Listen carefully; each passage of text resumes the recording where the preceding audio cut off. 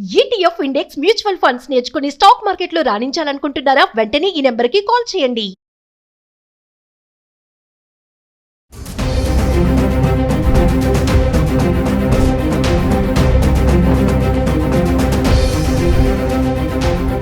నమస్తే, welcome back to Suman TV. Present మనతో పాటున్నారు analyst మందర కృష్ణారెడ్డి గారు. నమస్తే సార్. నమస్తే అమ్మ. సార్, బంగారం విపరీతంగా పెరిగిపోతున్న ఈ టైంలో చాలా మంది గోల్డ్ లోన్స్ కూడా వెళ్ళడం జరుగుతుంది. మరి ఒక్కసారి అంటే పెరుగుతుంది, తగ్గుతుంది, ఫ్లక్చువేషన్స్ అవుతున్నాయి. ఈ టైంలో గోల్డ్ లోన్కి చాలా మంది అప్రోచ్ అవుతూ ఉంటారు. ఒక్కసారి మనం గోల్డ్ లోన్కి వెళ్ళినప్పుడు తీసుకోవాల్సిన జాగ్రత్తలు ఏంటి అంటే ఆ వడ్డీ విషయంలో కానీ, బ్యాంక్ లాకర్ విషయంలో కానీ, ఆ రేషియో విషయంలో కానీ, ఇవన్నీ ఒకసారి. బంగారం రేట్లు విపరీతంగా పెరిగిపోతున్నాయి, మనకు తెలిసిన విషయమే. అయినా కూడా కొనేవాళ్ళు కొంటూనే ఉన్నారు. మనకి ఏదైనా ఆర్థికమైన ప్రాబ్లమ్స్ వచ్చినప్పుడు తక్షణం మనల్ని ఆదుకునేటువంటిది గోల్డ్. వేరే లోన్లు అయితే చాలా పెద్దగా లెంతీ ప్రొసీజర్ అంతా ఉంటుంది, అనేక రకాల డాక్యుమెంట్ సబ్మిట్ చేయాల్సిన పరిస్థితి ఉంటుంది. తర్వాత వాటికి గ్యారంటీస్, అట్లాంటి వారంటీస్ కూడా ప్రొవైడ్ చేయాల్సిన పరిస్థితులు ఏర్పడతాయి. చాలా రకాల సమస్యలు ఉంటాయి.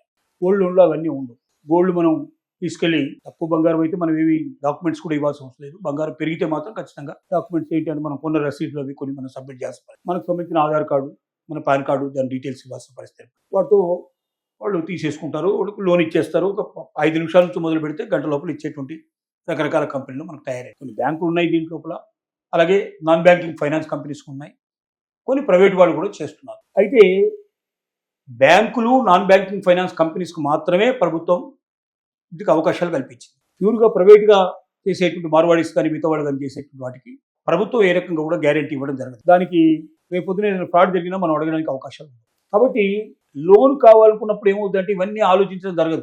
ఏదో తక్కువ రేటు వడ్డీకి ఇస్తున్నాడనో, తొందరగా 5 నిమిషాల్లో ఇచ్చేస్తున్నాడనో, ఇంటికే తీసుకొచ్చి డబ్బులు ఇస్తున్నాడనో, ఇట్లా ఏదో రకరకాల ఒక కారణాలు చేత వెంటనే మనకు ఫోన్ చేస్తాం, వాడు వస్తాడు, అట్లా ఇచ్చేవాళ్ళు ఉన్నారు, మనం పోతాం, మనం వెంటనే ఇచ్చే అవకాశాలు ఉన్నాయి. ఇది కాదు, చాలా జాగ్రత్తలు మనం వహించాల్సిన అవసరం ఉంది. ఎందుకంటే ఆ తొందరపాటుతనంతో చాలామంది మోసపోతున్నారు, నష్టపోతున్నారు.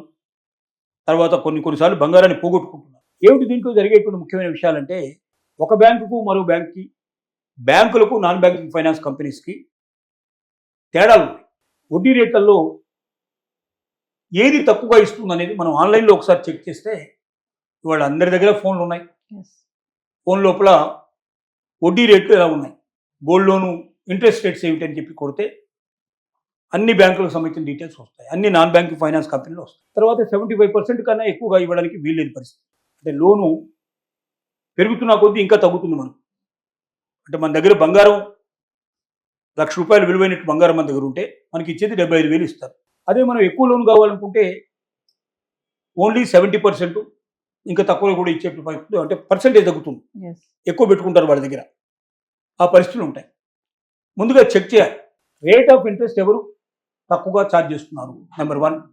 నెంబర్ 2 ఏంటంటే, మనం చెప్పిన టైం కన్నా ముందే ఒకవేళ మనం కట్టేటట్టయితే దానికి ఏదైనా ఎక్స్ట్రా ఛార్జీలు చేస్తున్నారా, అది మనం చెక్ చేసుకోవాలి. మూడోది ఏమిటంటే, తూకం వేసే దగ్గర కరెక్ట్గా తూకం వేస్తున్నారా లేదా. ఎందుకంటే ఇదే తూకంతో మనకు తర్వాత మళ్ళీ రిటర్న్ వచ్చినప్పుడు కూడా అదే తూకంతో వస్తుంది. కాబట్టి ఇప్పుడు ఒకవేళ తూకం తగ్గిస్తే ఆటోమేటిక్గా మనకు వచ్చేటప్పుడు కూడా, మన చేతికి వచ్చేటప్పుడు తగ్గిపోతుంది. ఇది మనం చూసుకోవాల్సిన అవసరం ఉంది.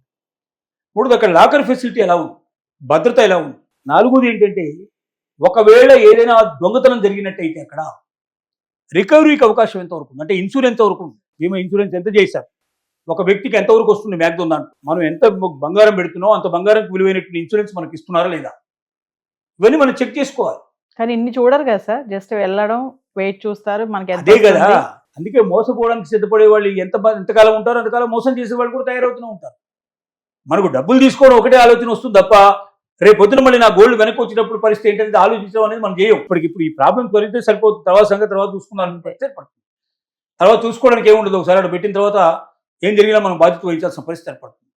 కాబట్టి ఇలాంటివన్నీ మనం జాగ్రత్తగా చూసుకోవాలి, చూసుకొని చేయాలి. రెండోది, దానికి గవర్నమెంట్ పర్మిషన్స్ ఉన్నాయా లేదా.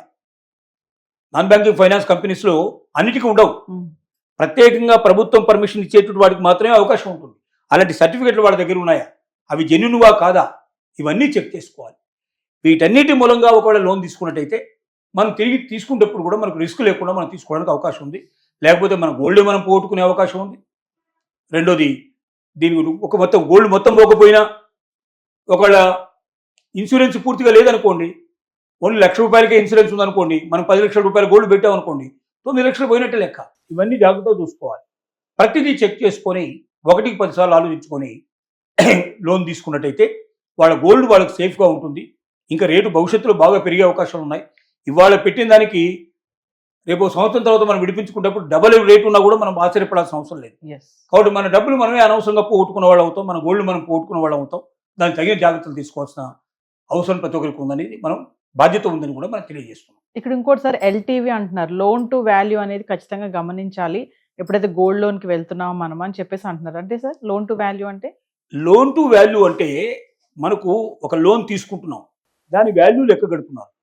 తిరిగి మనం తీసుకున్నప్పుడు మనకి ఎంత విలువ వస్తుంది అంటే లోన్ తీసుకున్నప్పటి నుంచి మళ్ళీ తిరిగి మనం రికవర్ చేసుకున్నప్పుడు మనకు కావాల్సిన బంగారాన్ని మనం తీసుకునేటప్పుడు మన బంగారాన్ని మనం తీసుకునేదాకా ఈ ప్రాసెస్ అంతా లోన్ టు వాల్యూ అని మనం పేరు పెడతాం. ప్రతి దగ్గర మనం జాగ్రత్త తీసుకోవాలి. ఎక్కడెక్కడ ఏం జరగబోతుంది, తిరిగి మన చేతికి వచ్చేటప్పుడు ఎలా రాబోతుంది అనే విషయం మొదట్లోనే అవగాహన చేసుకొని తీసుకుంటే మంచిదని దీని యొక్క ఉద్దేశం. ఇప్పుడు మీరు చెప్పారు కదా సార్, ఇవన్నీ అడగాలి, తెలుసుకోవాలి, లాకర్ సేఫ్టీ తెలుసుకోవాలి, వెయిట్ చూసుకోవాలి, ఇంకా అక్కడ ఉన్నటువంటి అడుగుతున్నారు. మరి వచ్చిన వ్యక్తి ఎన్ని అడిగినప్పుడు అక్కడ వాళ్ళంతా ఇవంతా సమాచారం ఇస్తారా సార్ మనకి? 100% ఇస్తారు. వాడి అవసరం కూడా ఉంది కదా, మన అవసరమే కాదు వాడి అవసరం కూడా ఉంది. వాడు బోర్డు పెట్టుకున్నాడు కదా, నేను ఇస్తాం బర్రు అని చెప్పి పేపర్లో టీవీ లోపల రోజు మనల్ని అదరగొడుతున్నాడు కదా. అవును, వాడికే వస్తాయి కదా, డబ్బులు వస్తాయి కదా. వాడికి మనకి ఇచ్చేటువంటిది వాడు రూపాయి వడ్డీ మనకి ఇచ్చాడు అనుకుందాం, రూపాయి వడ్డీనే మనకి ఇచ్చాడు. వాడు దాన్ని అవతల తీసుకెళ్లి గోల్డ్ రిజర్వ్ బ్యాంకులో పెట్టి డబ్బు తీసుకొని వాడు 2 రూపాయల వడ్డీకి 3 రూపాయల వడ్డీకి బయట ఇచ్చుకుంటాడు. వాడు విపరీతం లాభాలు సంపాదిస్తాడు. మన మీద ఏదో దయాదాక్షిణ్యంతో తీసుకోవట్లే, మన దగ్గర తీసుకున్న దాంతో వ్యాపారం చేస్తున్నాడు. వాడు రెట్టింపు 2 4 డబ్బులు సంపాదించుకుంటున్నాడు. అందుకోసం వాడు చేస్తున్నాడు ఈ పని. కాబట్టి ఎవడు మన మీద దయ తెలిసి ఎవడు ఇవ్వడలేదు కాబట్టి మనం కూడా జాగ్రత్తగా దాన్ని వ్యాపారంగానే ఆలోచించి చేయాల్సిన అవసరం ఉంది. సో గోల్డ్ లోన్కి వెళ్తే మాత్రం ఖచ్చితంగా ఇవన్నీ అడగాలి, ప్రతిదీ చెక్ చేసుకోవాలి. Thank you.